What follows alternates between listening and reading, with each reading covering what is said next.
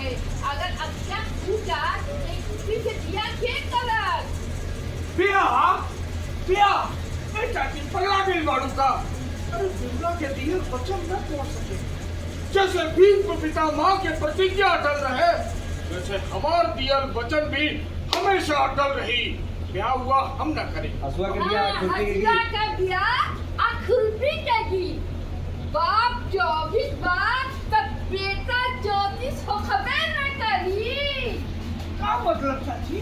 का मतलब ये दोनों का सरकारी दिन पे दिन बढ़ल जाता समझाला समझला। नानी अपनी राइट में बंटी को लेकिन कि आप समझा दे बंटी अपनी राइट में ही करो।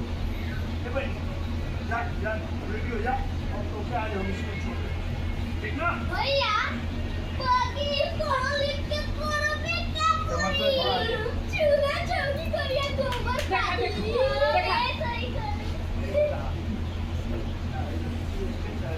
सबके पढ़ा जो तो मालूम बा आजकल महिला लोग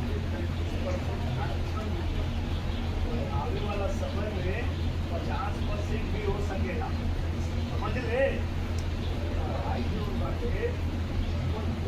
आधार बहुत जरूरी बा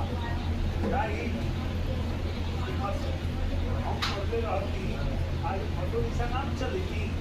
हाँ ए लालू ज्ञान मत बांटा। तरकारी चलाता धुआं निकलता और जो रात खाए के बड़ी